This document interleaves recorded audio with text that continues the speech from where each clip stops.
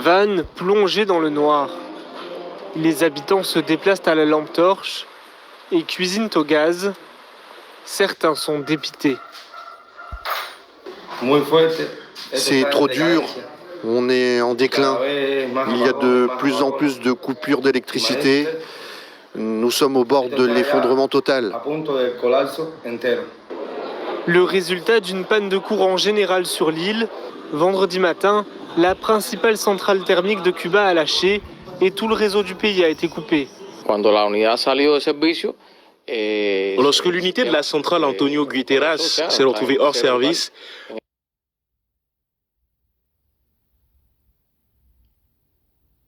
le système s'est effondré, c'est-à-dire qu'il est totalement à zéro.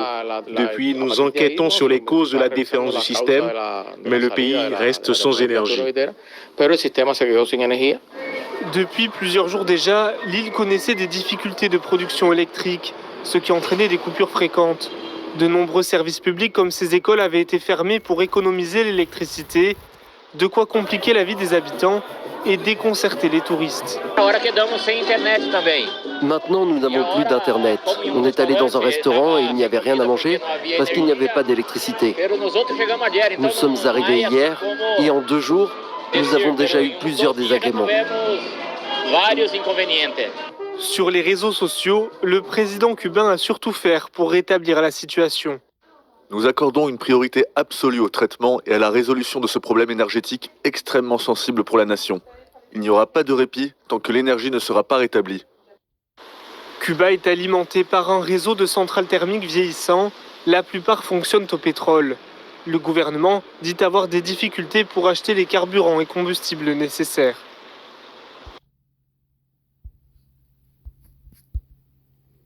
Tout d'abord, j'aimerais rendre gloire, hommage à Yahweh, Bahashem, Yahushai, Bahashem, Roha Kodash, Yahweh qui est le nom du Père le Tout-Puissant le plus haut, dont le monde appelle Dieu, mais son nom c'est Yahweh, qui veut dire il est, il existe. Bahashem, qui veut dire au nom. Yahushai est son fils dont le monde appelle ignoramment Jésus, mais son nom c'est Yahushai, qui veut dire il sauve, il délivre. Bahashem, Roha Kodash, qui est le Saint-Esprit. Et shalom aux élus et doux bonheur et respect aux apôtres, aux aînés de Great Millstone, car c'est eux qui m'ont appris cette vérité. Ici, frère Amoise du Great Millstone de Montréal, et à vous seulement, je dis shalom. Alors, comme vous avez vu, il y a une panne majeure électrique, right, sur l'île de Cuba, right, sur l'île où il y a des Israélites, parce que les Cubains viennent de la tribu de Manassé, okay? Ils sont des Israélites. Et comme on vous dit depuis fort longtemps maintenant, qu'il va y avoir, right, des cyberattaques, des pannes d'électricité, right, la famine s'en vient, la 3e guerre mondiale s'en vient. Toutes ces choses-là, on répète constamment, on répète. Parce qu'en réalité, les prophéties, c'est la répétition, right? Jusqu'à temps que les choses se fassent, jusqu'à temps que Yahba Shimwacha nous enlève de sur YouTube, ok? Et jusqu'à temps que Yahba Shimwacha nous enlève dans les rues en train de prophétiser, on va répéter ces choses-là, ok? À cause que c'est des choses qui sont prophétiques, ok? À 2 Corinthiens 2:11, de peur que Satan n'ait pas le dessus sur nous, car nous n'ignorons pas ses stratèges. Alors, qu'est-ce qui se passe présentement? C'est le stratège de Satan qui est en train de démontrer une prélude des choses qui est à venir globalement, ok? Ils font les tests maintenant sur l'île de Cuba, ok? Comment que l'île au complet manque d'électricité, right? L'île au complet manque d'électricité, ok? Il va y avoir des cyberattaques sur l'électricité, sur les ressources d'eau aussi. Toutes ces choses-là, le diable est en train de tester, right? Il est en train de montrer une prélude des choses qui vont arriver et qui est en accord avec avec Yahba Shimwacha, parce que c'est Yahba Shimwacha qui utilise Issa pour en venir à ses fins, ok? Et ça, c'est peut-être un wake-up call pour les tribus du Nord, right? Les soi-disant dit latinos, right? Manassé, right?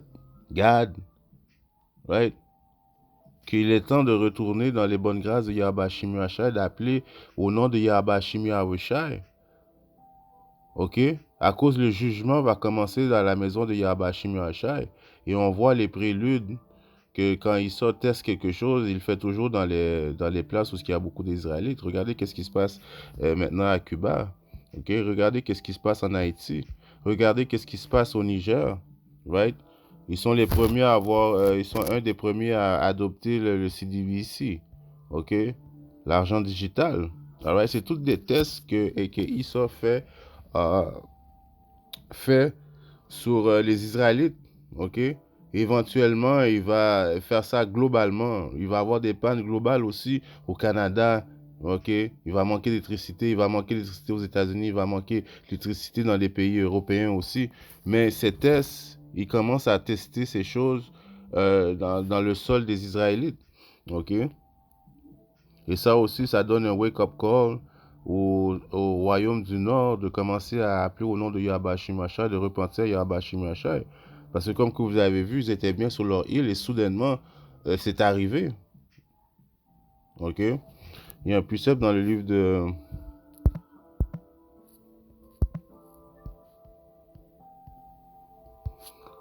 de Pierre. Non, c'est 1 Pierre. 1 Pierre 4 et 11, il est écrit.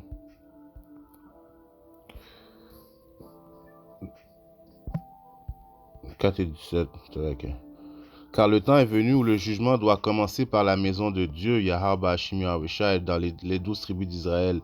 Le jugement va commencer là, la période de l'angoisse de Jacob, qui est appelée la période de l'angoisse de Jacob, va débuter par Jacob, right, qui sont les 12 tribus d'Israël, les soi-disant négro-latinos, les soi-disant amérindiens. Right? Yahweh Hashem Yahushai va commencer à juger, à faire passer par plein de tribulations, right, à tuer, right, les Israélites en premier, à cause que c'est son peuple. Ok? Et il commence d'abord par nous. Quelle sera la fin de ceux qui n'obéissent pas à l'évangile de Yahweh Hashem Yahushai? Et après ça, quand il va commencer à juger les Israélites, commencer à tuer beaucoup d'Israélites, après, son indignation va être sans limite pour les autres nations. Mais le jugement commence par la maison d'Israël. Ok? Et on voit Manassé qui est soi-disant dit, les Cubains sont en train de se faire commencer. C'est le début de la période de l'angoisse de Jacob pour eux. Ok? Toute l'île au complet n'a pas d'alimentation qui va affecter quoi? L'eau potable, qui va affecter, qui va venir amener une famine. Ok? Toutes ces choses-là sont en train de se produire présentement devant nos yeux. Ok? Ça fait longtemps qu'on vous dit que ça va arriver, ça va arriver, ça va arriver. Et c'est juste le début de l'angoisse. C'est juste le début. Ok? Il va y avoir d'autres pannes, d'autres cyberattaques, parce que ce diable veut venir avec son nouveau système, right? Son nouvel ordre mondial. Donc, il faut qu'il amène le chaos afin de pouvoir venir avec son nouveau système mondial, right? Qui va être l'implantation de la marque de la bête, c'est plus électronique. Ok, qui va mettre la fin au dollar, ouais, l'argent va devenir digital. Mais pour ça, il faut qu'ils mettent le chaos tout partout. Ok. Il y a un précepte que je voulais aller voir qui est dans le livre de Siracide. Sur lequel?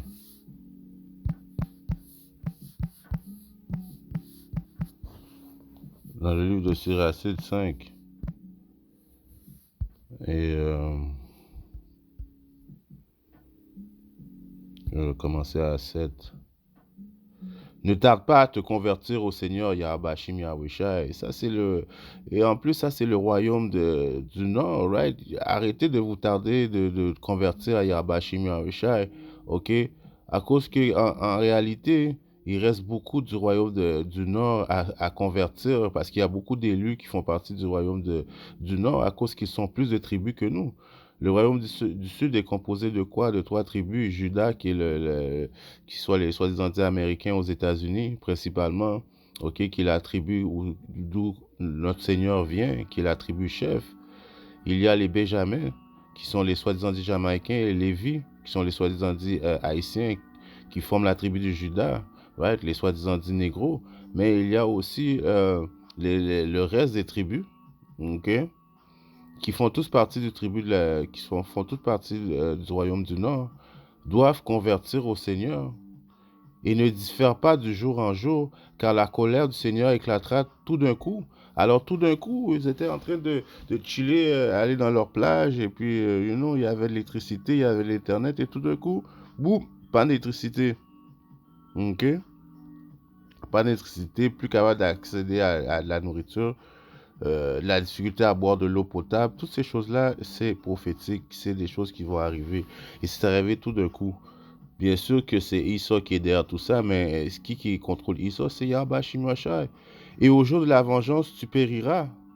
Ne t'appuie pas sur tes richesses injustes, car elles ne te serviront de rien au jour du malheur. Alors, il y a des personnes sur l'île de Cuba qui sont vraiment riches, ils ont de l'argent, right? Ils vivent comme, tu sais, oui, le Cuba, c'est majoritairement des pauvres, mais il y a quand même des riches. Les riches sont dans la panne d'électricité aussi. Les riches ont la difficulté à manger aussi. Donc, l'argent ne servira à rien au jour de vengeance de Yahweh Shimashai. C'est encore le temps de repentir à Yahweh Shimashai. OK? Éventuellement, est-ce que Yahweh Shimashai va décider de peut-être redonner l'électricité pour un court moment aux Cubains? Peut-être. Ou peut-être pas. OK? Mais il faut profiter dans cette période de grâce, de retourner dans les bonnes grâces de Yahweh Shimashai, à cause que sa colère peut arriver tout d'un coup. OK? Et l'argent ne te servira à rien. L'argent ne peut pas te sauver. Comme que je viens de vous dire, il y a des riches sur l'île de Cuba. Ouais, présentement, ils peuvent pas acheter de l'électricité. Il n'y en a pas. All right? Donc, ton seul espoir dans des périodes comme ça, c'est de mettre ta confiance en Yahweh Shimashai. OK? Proverbe 11 et 4. Les richesses ne servent à rien au jour de la colère, mais la droiture délivre de la mort. C'est la droiture de revenir dans les bonnes grâces de Yahweh Shimashai qui délivre. OK? C'est ça qui va faire en sorte que tu vas être protégé. OK? Revenir, appeler en son nom. Right? Demander pardon à Yahweh Shimashai. Qui va faire en sorte que quoi? Il va envoyer les anges te protéger. Alright? Dans le livre de...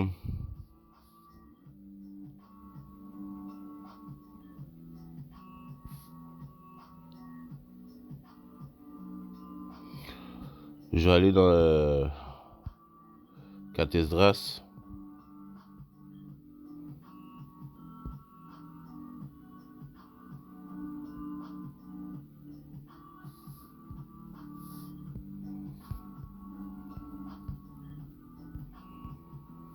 Dans le livre de Cathesdras maintenant, chapitre 16.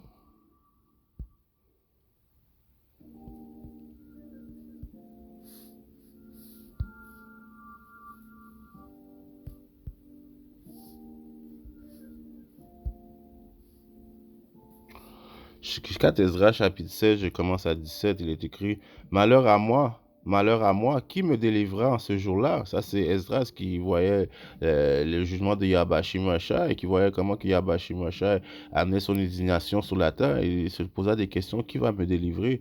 Qui me délivrera en ce jour-là » OK? Et qui démontre aussi que Esdras est parmi nous présentement. OK? Parce que Esdras avait vu qu'il était parmi nous. OK, puis qui demandait et qui voyait le jugement de Yahweh Shimashai. Right? Le gémissement commence et ceux qui se lamentent se multiplient. La famine commence et beaucoup disparaîtront. La guerre commence et les puissants seront saisis de crainte. Les maux commencent et à cause d'eux, on sera en proie à la panique. Que faire quand seront venus les maux? Que faire quand vont venir les maux? Très prochainement, on vient de lire la famine commence, les guerres commencent, right?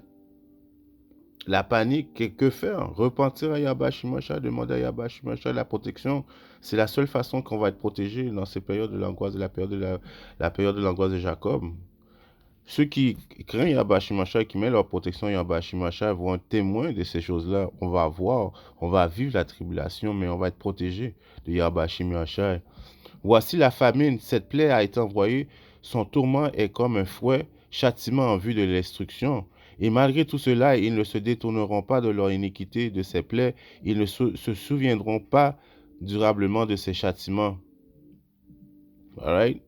Alors le but de ce précepte-là, c'est malheur à moi, qui va me sauver en ces jours-ci? right? Tu vas avoir besoin d'une protection. L'argent ne pourra pas te protéger. Euh, tu penses à avoir des guns pour te protéger contre et que Issa a plus de guns que toi. Issa a plus d'armes, right? Il a été béni justement de l'épée, alors il a toutes les épées possibles, imaginaires. Donc ta seule protection, c'est de revenir à Yahba Shimasha, et je parle aux Israélites, ok? À cause que Yahba Shimasha protège uniquement les Israélites. Le salut est uniquement aux Israélites, les soi-disant dits néco-latins, les soi-disant dits amérindiens, ok? Les morts seront rejetés comme des ordures, ils n'ont personne pour les consoler. La terre sera laissée déserte et ses villes seront démolies. Right? 4 Esdras 16 et 24. Alors, on vit dans ces périodes-là, présentement, on vit des choses prophétiques. On voit qu'il est en train d'arriver. Une panne d'électricité sur l'île au complet, 10 millions de personnes n'ont pas accès à l'électricité. Ce n'est pas une coïncidence. Right? C'est les stratèges de Satan, du diable, right, qui est en train de démontrer, de donner un prélude à ce qui va arriver très prochainement, à cause qu'il est sous le bord de faire chuter ce monde pour essayer de venir avec son nouvel ordre mondial. Il amène le chaos sur la terre, les pannes d'électricité, la famine, right? Dans le chaos, il va venir avec une solution, right? Faut que le monde soit désespéré, plus capable de manger, afin qu'il vienne avec un nouveau système. Ok? C'est comme ça qu'il fonctionne. Je vais finir avec ce précepte-là qui est dans le livre de Apocalypse 1 et verset 3. Il est écrit: béni est celui qui lit, right? Celui qui prend le temps de lire les paroles véridiques qui sont dans la Bible. Et ceux qui entendent les paroles de cette prophétie et qui gardent ces choses qui sont écrites, car le temps est à la portée de la main. Alors béni est celui qui lit, right? Qui s'informe sur les intentions de Yahba Shimasha et qui repentit, qui prend la période de grâce, pas pour chiller, mais pour repentir, right? Faire les volontés de Yahba Shimasha, adhérer aux lois, statuts, les commandements du milieu de ton habilité, right? Pendant qu'il est jour, parce que la nuit vient où ce que tu ne pourras plus faire ces choses-là, tu ne pourras plus travailler, tu ne pourras plus demander pardon à Yahba Shimasha, il va juste verser son indignation, right? Et tu ne pourras plus rien faire. Donc béni est celui qui lit et ceux qui entendent les paroles de cette prophétie et qui gardent ces choses qui sont écrites, car le temps est à la portée de la main. Alors on est là présentement, on voit, c'est un exemple. Qu'est-ce qui se passe à nos frères Manassé, right? Que très prochainement Yahba Shimasha va fermer la porte du salut, right? Et la période de l'angoisse de Jacob va commencer très prochainement. Shalom.